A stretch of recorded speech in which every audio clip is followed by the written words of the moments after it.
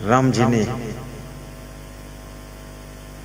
उनको सपना दिया कि भरत सबको सुलाकर सोना, और माताओं के चरण दबाया जाकर के, कौशल्या के चरण दबाया। देखो ध्यान रखना पड़ता है, भरत की सगी माँ कैकेयी है लेकिन कौशल्या के पहले चरण दबाया। राम की सगी माँ कौशल्या है लेकिन राम पहले जाकर के कैकेयी से मिलते ताकि मन में भेद न हो जाए। इसलिए जो थोड़ा दूर का है उससे पहले मिले, जो अपना है सेकंड नंबर पर उससे मिले, नहीं उसके मन में भेद हो जाएगा। वो सोचेगा कि अरे अपनी माँ से देखो मिला पाँव छुआ, हमारे पास बाद को आया है, पहले उन्हें से मिल लो। बैलेंस बनाना सीखो। परिवारों में बंटवारे क्यों होते हैं? इसी कारण होते हैं। आप बाहर से कुछ लाइए मार्केट से, 3 भाई हो तो 3 जगह 250-250 ग्राम मीठा लाइए। पहले छोटी वाली जो छोटा भाई है उसकी पत्नी तक पहुंचा दो, फिर सेकंड नंबर वाले बात को अपनी पत्नी को दे दो। नहीं तो क्या उसके भेद हो जाएगा कि अपनी पत्नी को पहले दे दिया और मेरी पत्नी को बाद को दिया।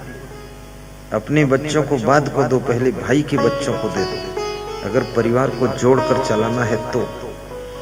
सीतापुर जिले में एक सज्जन कह रहे थे, मेरी वाइफ और मैं इतना ढंग से परिवार चलाया, जो भी कपड़ा होता है सबसे पहले हमारी वाइफ जो है अपनी देवरानियों को दे देती है, उसके बाद जो शेष बचता वो ले लेती है, और मैं भी अपने भाइयों को पहले चांस देता हूँ कि आप ले लो, तभी इस परिवार को चला पाया हूँ। ऐसी गरीबी थी, हमारे पिता मजदूरी करते थे, भूखों मरते थे। आज इस गांव के सबसे धनवान व्यक्ति हम हैं, क्योंकि जहां सुमत है वहीं संपत रहती है, जहां आपस में प्रेम होता है वहीं लक्ष्मी निवास करती है। तुम्हें और ज्यादा कुछ करने की जरूरत नहीं है। पति पत्नी प्रेम से रहो तो सब धन दौलत भी हो जाएगी। गुरु शिष्य प्रेम से रहो, बहुत धनवान हो जाओगे। बाप बेटे प्रेम से आपस में रहो, देखो धन किधर से बरसता है, मिट्टी छुओगे सोना बन जाएगा। देवरानी जेठानी प्रेम से रहो, घर में कोई कमी नहीं रहेगी। इतने घर बन जाएंगे घर में सोने वाला कम हो जाएगा। प्रेम से तो रहो। थोड़ी थोड़ी बात के लिए, थोड़े थोड़े कार्यों के लिए आपस में राग द्वेष करना, ईर्ष्या करना, एक दूसरे की निंदा बुराई करना, झगड़ा लड़ाई करना, तनाव करना, तकरार करना, गाली गलौज करना, तू मैं करना, छोटी छोटी बेईमानी करना, चालाकी करना, गलत बात है। ईमानदारी रखो। ईमानदारी स्वयं एक धन है, ये छोटा मोटा धन नहीं। आज तुम्हारे देश के प्रधानमंत्री हैं, उसके पास में ज्यादा पर्सनल प्रॉपर्टी नहीं है, लेकिन सबसे उच्च पद पर वो बैठा हुआ है। और जिन नेताओं ने बहुत पर्सनल प्रॉपर्टी बनाई है उनका पद डगमगाता रहता है, उनको लोग चांस पकड़ ढकेल के बाहर भी करते हैं। और जिस नेता के पास संयम नियम भी होता है, कहीं मोहित नहीं होता, कहीं फंसता नहीं, कहीं लसता नहीं, कहीं धसता नहीं, वो नेता अपने पद पर बिल्कुल स्थायी बना रहता है। और जहां इधर उधर तुम डगमगाए, 2 चीजें बहुत खतरनाक जिंदगी में है सबके लिए, चाहे जो कोई हो, रुपया और रूप। रुपया देखकर लोभ आ जाता है और रूप देखकर मन में मोह आ जाता है। और ये 2 चीजों से बच गया जो, वो बहुत ऊंचाई को छू लेगा। रुपया में लोभ नहीं आना चाहिए। इतना रुपया मिलेगा, कितना मिलेगा, जितना चाहिए उतना मिलेगा, इतना मिलेगा, बांटो तो भी नहीं कम होगा। और आप लोगों की उपस्थिति को देख करके उनकी थकान उतर गई है, नरेश के चेहरे पे मुस्कान आ गई है, और नूरा और लक्ष्मण के मुखमंडल पे चमक आ गई है। और जितने ये मुख्य कार्यकर्ता हैं सब बड़े गदगद हैं और सभी कर्मठ हैं। और याद रखना, गुरु आपको जान पाए न जान पाए, लेकिन तुम्हारी सेवा का फल, गुरु का आशीर्वाद सीधे आपके भाग्य के खाते में पहुंचेगा और आपको लाभ मिलेगा। क्योंकि जो सेवा करता है, चाहे गुप्त सेवा हो, लेकिन उसको उसका पुण्य मिलता ही है। किसी ट्रेन में एक भिखारी भीख मांग रहा था, सबके सामने कटोरा लेकर जाता था। अंधा भिखारी था, दिखता नहीं था। ट्रेन के डिब्बे की ऊपरी बर्थ पर एक आदमी लेटा हुआ था। उसने 100 का नोट निकाल करके उस भिखारी को दिया, तो उसका हाथ वहां कटोरे तक पहुंच नहीं रहा था। तो नीचे बैठे हुए दूसरे पैसेंजर ने उस नोट को लेकर उस भिखारी के कटोरे में 100 का नोट डाला और कहा, बाबा 100 रुपये हैं, संभाल लेना। तो अंधा भिखारी बोला कि जिसने मेरे कटोरे में 100 रुपये डाले हैं उसको भगवान आशीर्वाद दें और मेरी दुआएं उसको मिले। पड़ोस में बैठे हुए अन्य पैसेंजर हंसने लगे, बोले नोट तो उसका खर्च हुआ, डालने वाला तो बीच में लेकर डाल दिया, आशीर्वाद इसको मिला। अंधे बाबा तुमको दिखता नहीं है, आशीर्वाद इसको दे रहे हो। तो अंधे ने, भिखारी ने कहा, मैं अंधा हूं लेकिन मेरा आशीर्वाद अंधा नहीं है, वो सीधे वहीं जाएगा जिसकी जेब से नोट निकल कर आया है, बीच में रुकने वाला नहीं।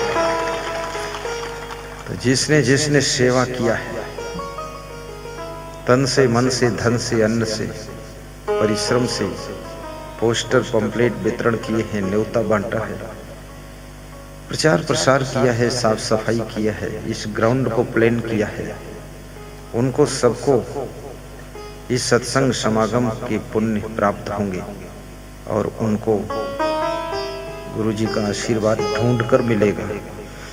क्योंकि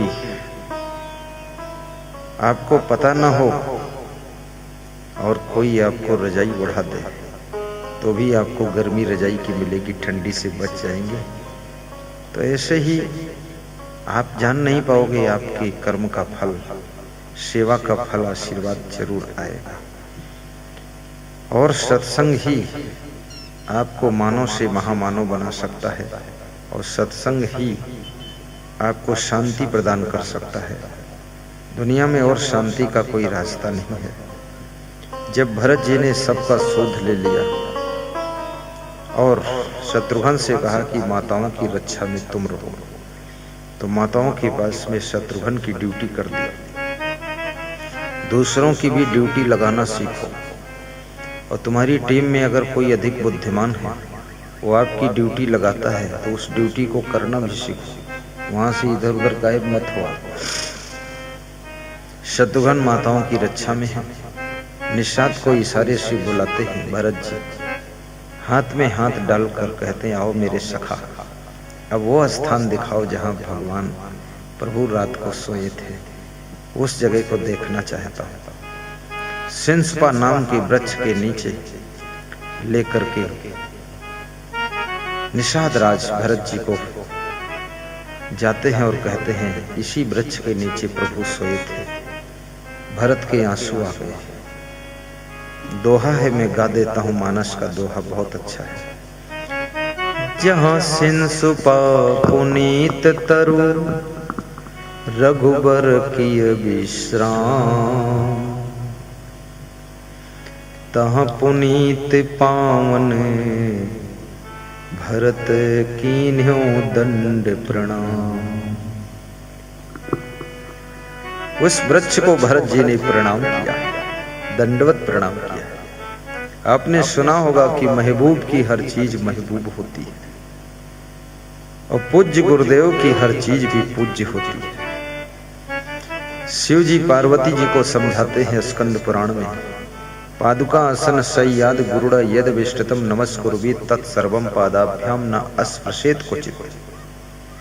गुरुदेव की पादुका में पैर नहीं छुआना चाहिए, गुरुदेव के आसन बिस्तर को पैर से नहीं छूना चाहिए। पादुका आसन सय्याद गुरुड़ा यद विष्टतम, जितने उनके अभिष्ट वस्तुएं हैं जो केवल वही यूज करते हैं, उसमें लात नहीं मारना चाहिए। अभिष्टतम नमस्कुर्वीत तत्सर्वम, उन समस्त वस्तुओं को भी नमस्कार करना चाहिए, प्रणाम करना चाहिए। नमस्कुर्वीत तत्सर्वम पादाभ्याम न अस्पृशेत क्वचित, और गुरु के पैर में भी अपना पैर नहीं लगाना चाहिए, ये सावधानी रखना चाहिए। कितने लोगों की विवेक नहीं है तो गुरु को भी धक्का मारकर निकल जाते हैं। अरे देख लो, थोड़ा रुक जाओ, साइड से निकलो। विवेक नहीं है पीछे से गुरु के पैर पर पैर रख देते। नहीं नहीं, भक्ति विवेक पूर्ण होनी चाहिए। गुरु के पैर में पैर नहीं छुआना है, गुरु के पादुका में भी पैर नहीं छुआना है, और गुरु के धक्का नहीं मारना है। इधर ध्यान दो, कहीं कम जगह है वहां निकलो मत, थोड़ा रुको। किसी माता बहन को भी धक्का नहीं मारना चाहिए।